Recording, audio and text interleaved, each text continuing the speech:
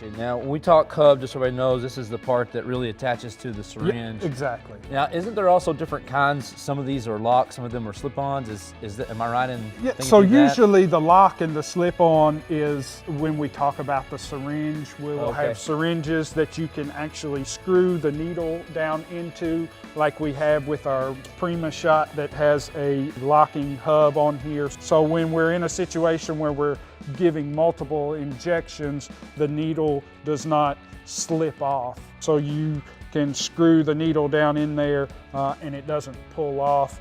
And then many times single-use syringes will have a slip-on end on them where the needle just slips on and slips off.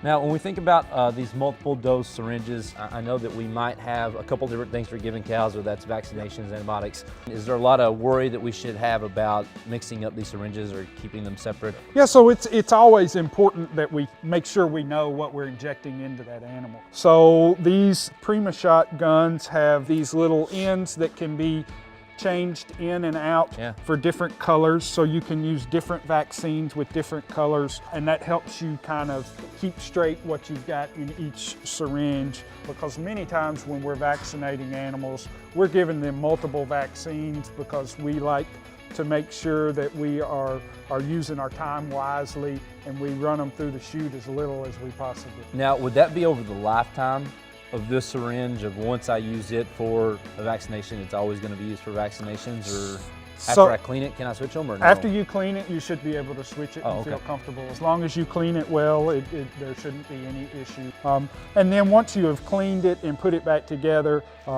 you should read the owner's manual, because there's probably some sort of lubrication that you need to put in there to make sure that the gun functions properly. Great. Well, we thank you so much for taking the time to answer our questions. You've clearly been a great source of information for us today.